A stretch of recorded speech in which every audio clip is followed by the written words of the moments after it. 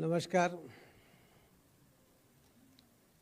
आज के इस समिट में आप सबका स्वागत करते हुए हमारे बीच माननीय मंत्री श्री मनोहर लाल खट्टर जी, माननीय Jack Sim world toilet organisers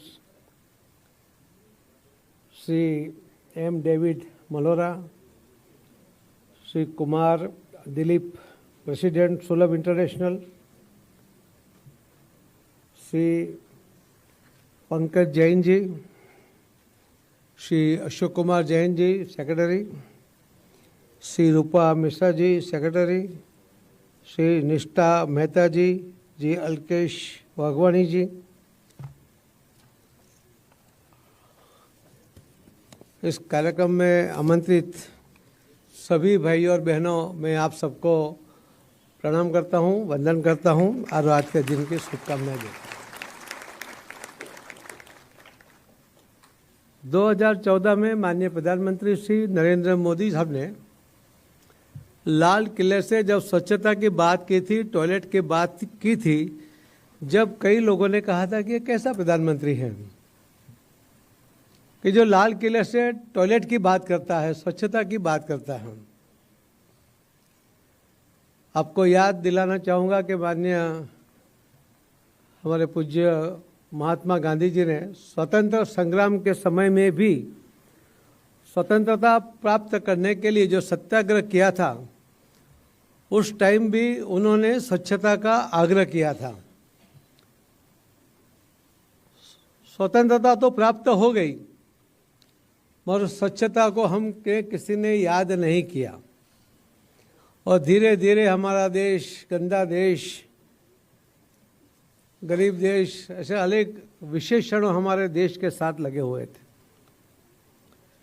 माननीय प्रधानमंत्री श्री नरेंद्र मोदी साहब ने जब टॉयलेट की बात की, स्वच्छता की बात की और उनके आह्वान पर लोग उनके अंदर जुड़ते गए।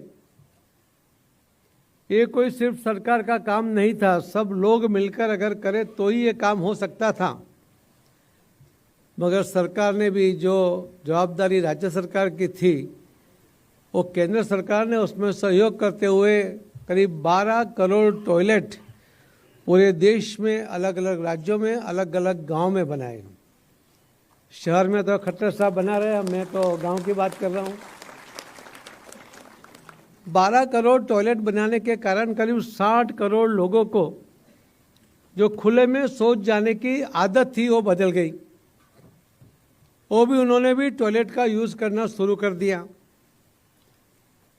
माननीय प्रधानमंत्री मोदी साहब जब सोचते हैं तो बहुत लंबा सोचते हैं और वो भी यहाँ पर देखने को मिला कि टॉयलेट बनाने से स्वच्छता तो मिली, स्वच्छता का और आगे बढ़ने का जो प्रयास था वो तो सफल हुआ, मगर जब महिलाएं थी गांव में, जब उनको शौच क्रिया के लिए जाना था तो सूर्यास्त के बाद में और सूर्योदय के पहले ही वो जा सकती थी।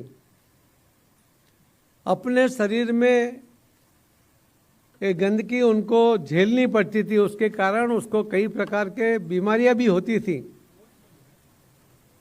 मगर उनके पास कोई रास्ता नहीं था। माननीय प्रधानमंत्री मोदी साहब ने उसको सरल कर दिया। इसके कारण आज उन्हें सूर्योदय के पहले या सूर्यास्त के बाद जाने की आवश्यकता नहीं है। गांव में भी वो जब सूर्यास्त के बाद बाहर जाती थी, अंधेरे में उनकी सुरक्षा के भी कई प्रश्न खड़े होते थे। महिलाएं सुरक्षित नहीं थी, इस सुरक्षा भी माननीय प्रधानमंत्री जी ने उनको प्रदान कर दी। जो बच्चे हर साल करीब 60,000 बच्चे डायरिया की वजह से उनकी मौत होती थी। WHO का रिपोर्ट कहता है कि पहले ही 5 साल के अंदर करीब करीब 3 लाख बच्चों को मौत से बचाया गया। ये टॉयलेट बनाने की वजह से ये हो पाया। तो एक टॉयलेट बनाने से क्या क्या हो सकता है वो पूरे देश ने भी देखा, हम सब ने भी देखा। और इसी के कारण जब 2014 में लाल किले से जब माननीय प्रधानमंत्री मोदी साहब ने बात कही थी, उसकी गंभीरता, उसकी सीरियसनेस और माननीय प्रधानमंत्री जी जानते थे, उसकी आवश्यकता तो जानते थे, और उससे बातों से नहीं होगा, कुछ करना पड़ेगा, ये बात भी उन्होंने ध्यान में रखी थी। इसके लिए जन आंदोलन बनाकर सभी लोगों को जोड़कर आज हम कह सकते हैं कि जो नए घर बन रहे हैं वहाँ पर ही टॉयलेट बनाने बाकी होंगे, वहाँ भी हमारे मंत्रालय की ओर से सहयोग होता है। 12 करोड़ टॉयलेट होने के बावजूद अब भी जितने भी नए मकान बनेंगे वहाँ पर भी हम उसको फंड दे पाएंगे, उतना फंड भी माननीय प्रधानमंत्री जी ने हमें दिया हुआ है। उसको आधा अधूरा नहीं छोड़ना है, ये बात भी बहुत सहजता से लेकर आगे बढ़ रहे हैं। पूरे देश में हमने ODF कर दिया, मगर हम ODF प्लस की ओर आगे बढ़ रहे हैं। पहले लगता था कि मुश्किल काम कैसे होगा, मगर जिस तरह से महिलाओं का सहयोग मिल रहा है, लोग भी जागरूक हो गए हैं, उन्हें लगता है कि आवश्यकता ये उनके लिए है, इसके लिए उनका भी सहयोग हो रहा है। कई बार अनेक प्रकार की दुविधा आती है, मुश्किल आती है। जो सिंगल पिट के टॉयलेट पहली बार जो बनाए गए, आज उसको डबल पिट करने की आवश्यकता है। हम फंड तो दे सकते हैं, मगर गांव में कई जगह पे जगह की कमी है। हम उसका भी रास्ता निकालने के लिए पूरी कोशिश कर रहे हैं। हम अलग अलग कंसल्टेंट को भी उसके ऊपर उपाय मांग रहे हैं। हमारे सभी अधिकारी भी गांव को सरपंचों के साथ बात करते हुए क्या उपाय होना चाहिए, कैसे काम हो सके, नहीं तो ये बड़ा प्रॉब्लम हो सकता है। और इसी के ऊपर भी एक बड़ा काम हो रहा है। अभी अभी यह कहा गया कि स्वच्छता के बारे में 2 महत्वपूर्ण बात, एक पानी स्वच्छ होना चाहिए, एक टॉयलेट स्वच्छ होना चाहिए। स्वच्छ तो बात की बात है, पहले तो टॉयलेट होना चाहिए। उसके के ऊपर जो काम हुआ, एक देश में क्रांतिकारी काम हुआ, उसके परिणाम भी अच्छे मिले। मगर जो रूरल में पानी की बात है, वो भी हमारे ही मंत्रालय में आता है। इसके लिए मैं वो बात भी आपके सामने रखना चाहूँगा कि करीब 15 करोड़ घरों में नल से जल की योजना बनी है। स्वच्छता अगर करनी है तो पानी भी चाहिए ही चाहिए, मगर ये जो पानी है वो स्वच्छता के साथ शरीर को भी स्वच्छ करता है। सबसे ज़्यादा रोग पानी से होते हैं। महिलाएं 9 करोड़ महिला पानी लेने के लिए रोज 5 करोड़ घंटे खर्च करती थी, दूर तक पानी लेने के लिए जाती थी, और जो मिले वो पानी लेके आती थी। वो पानी गंदा होता था, उसके कारण बीमारियां होती थी। जो लोग उसके ऊपर वो बीमारियों के कारण पैसा खर्च करते थे, उसकी टोटल जो खर्च था वो 8.4 लाख करोड़ का खर्च वो हर साल करते थे। ये भी अपने आप में बहुत बड़ा खर्च था।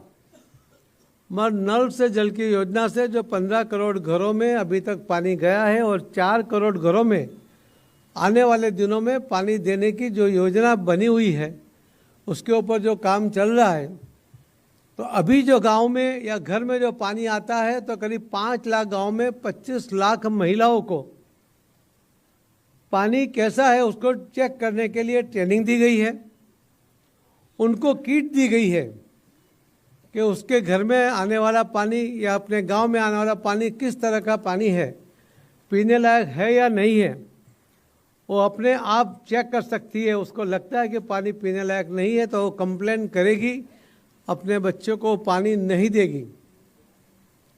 तो इतनी जागरूकता लाने के लिए माननीय प्रधानमंत्री मोदी साहब ने जिस तरह से काम किया, इसके कारण ये संभव हुआ है। और ये प्राइमरी आवश्यकता थी, बिल्कुल प्राथमिक जरूरत थी, मगर हम उसके ऊपर ध्यान नहीं दे पाए। हम बहुत लेट हुए हैं, मगर अभी भी हमें बहुत काम करना है। मैं आप सबसे भी रिक्वेस्ट करूंगा कि कभी भी सरकार सब कर लेगी, ऐसा नहीं सोचना चाहिए। हम क्या कर सकते हैं, हमारा योगदान क्या हो सकता है? जागरूकता फैलाना हो सकता है, आर्थिक मदद कर सकते हैं गांव में किसी को जहां आवश्यकता है, किसी को टेक्निकल सहायता दे सकते हैं। हर प्रकार की आप हेल्प कर सकते हो, जो भी कर सकते हो करनी चाहिए। ये हमारा काम है, हमारे देश को, हमारे देश के देशवासियों के लिए करना है। हमें आवश्यकता नहीं है इसके लिए इसको छोड़ देना, वो उचित नहीं है। और हमें नेतृत्व मिला है माननीय प्रधानमंत्री श्री नरेंद्र मोदी जी का। मैं उदाहरण दूंगा कि पूरे देश में जो हमारे पास जो पॉपुलेशन है वो पूरे वर्ल्ड वाइज 18% पॉपुलेशन है। जो पशुधन है पूरे वर्ल्ड में उसके 18% पशुधन हमारे पास है। मगर जो पीने लायक पानी है पूरे वर्ल्ड में उसमें से सिर्फ 4% पानी हमारे पास है। हमें भगवान की कृपा है कि हमें बारिश से पानी मिलता है, करीब 4000 BCM पानी मिलता है। आज की हमारी आवश्यकता सिर्फ 1120 BCM की है और हम 2047 तक विकसित भारत की जो कल्पना माननीय प्रधानमंत्री जी ने की है वहाँ तक भी हमें सिर्फ 1180 BCM की ही आवश्यकता होगी। किसी से बात करते हैं, कहते हैं इतने डैम हैं और थोड़ा डैम बना दो। करीब 6500 डैम बने हुए हैं। नदी नाले डैम सब मिलाकर हमारी जो कैपेसिटी है जल संचय करने की वो सिर्फ 750 BCM की है। एक डैम बनाने में 25 साल लगते हैं। एक डैम बनाने में 25,000 करोड़ रुपए लगते हैं। उसमें भी कई अवरोध आते हैं, जिनका किसानों की ज़मीन जाती है वो विरोध करते हैं, गांव के गांव शिफ्ट करने पड़ते हैं वो भी विरोध करते हैं, और पर्यावरण के नाम पर भी कई लोग आकर वो प्रोजेक्ट को रोकने की कोशिश करते हैं। और इसीलिए माननीय प्रधानमंत्री मोदी साहब ने एक आह्वान किया था, जल संचय जन भागीदारी को जन आंदोलन में परिवर्तित करना चाहिए। मैं बात आपको इसके लिए रखना चाहूँगा कि मोदी साहब ने 6 सितंबर 2024 को वर्चुअल एक मीटिंग में ये बात कही। उन्होंने साथ में ये भी कहा कि कर्म भूमि से मातृभूमि के लिए पानी के लिए सहयोग करना चाहिए। और इसका परिणाम यह आया कि हमारा टारगेट था 31 मई तक 10 लाख स्ट्रक्चर बनाने का। हमने मंत्रालय से एक भी रुपया खर्च नहीं किया और हमने करीब करीब 35 लाख स्ट्रक्चर वो कंप्लीट कर दिए।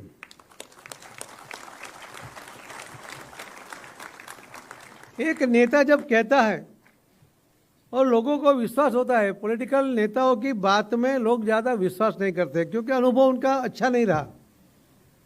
मगर यहाँ जब लोगों के लिए ये बात होती है और माननीय प्रधानमंत्री मोदी साहब जब कहते हैं तो उसका रिस्पॉन्स जो आता है तो 35 लाख स्ट्रक्चर ये अपने आप में बहुत बड़ा है।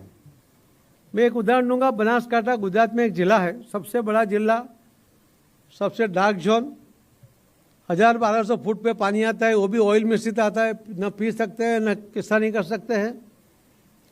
उन्होंने जो स्ट्रक्चर बनाए 30,000 स्ट्रक्चर बनाए, सही मायने में जन भागीदारी। बाकी तो किसी ने CSR फंड से किया, किसी ने अपने आप किया, किसी ने अपने गांव में किया।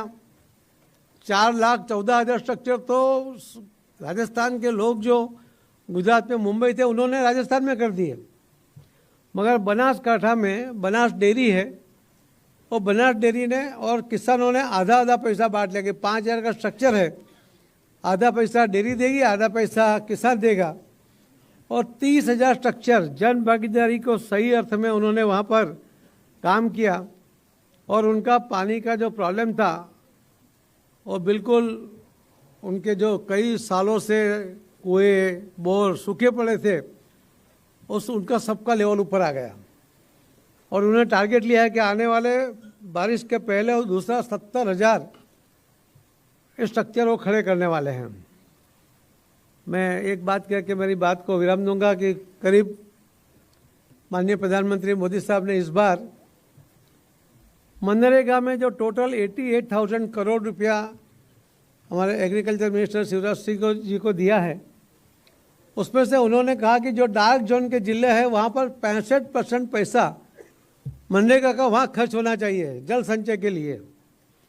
जहाँ सेमी है, सेमी डार्क जोन है, वहाँ पर 40%, और जो जनरल सामान्य जिले हैं वहाँ पर भी मनरेगा का 30% पैसा, अगर 88 यानी कि 90,000 करोड़ को भी हम 30% से भी पकड़ेंगे तो करीब हमें 30,000 करोड़ रुपया ये जल संचय के लिए माननीय प्रधानमंत्री जी ने आवंटित कर दिया है।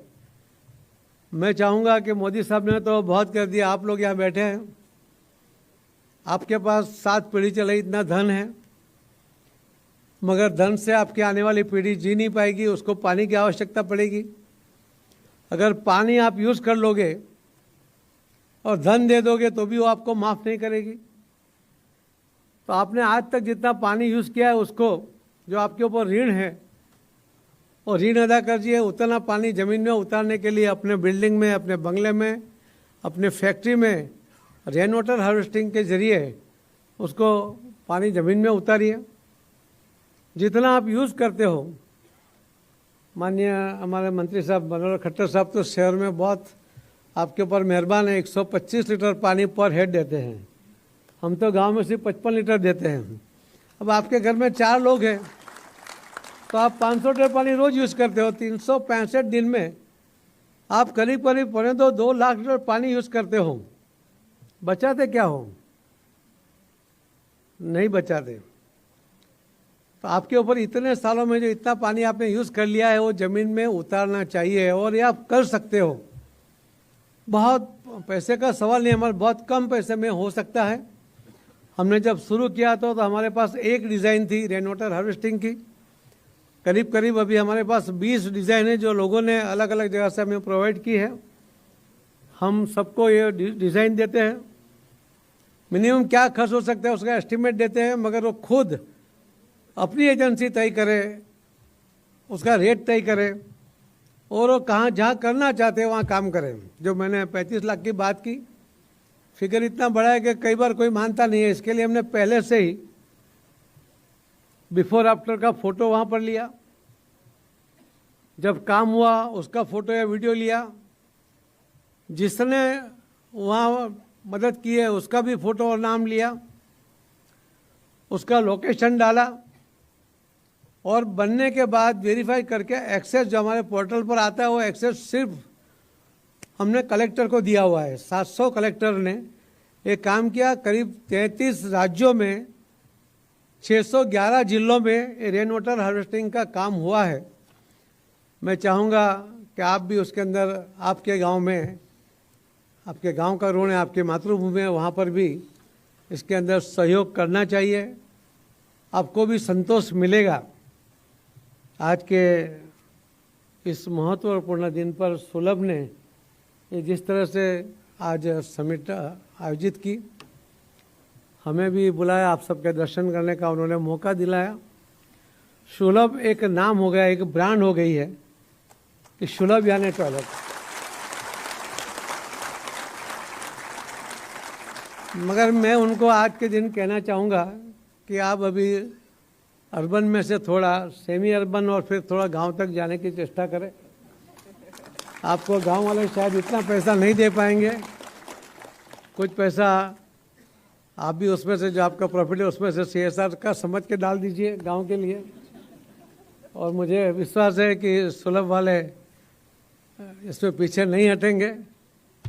आप सबका बहुत बहुत धन्यवाद। भारत माता की जय।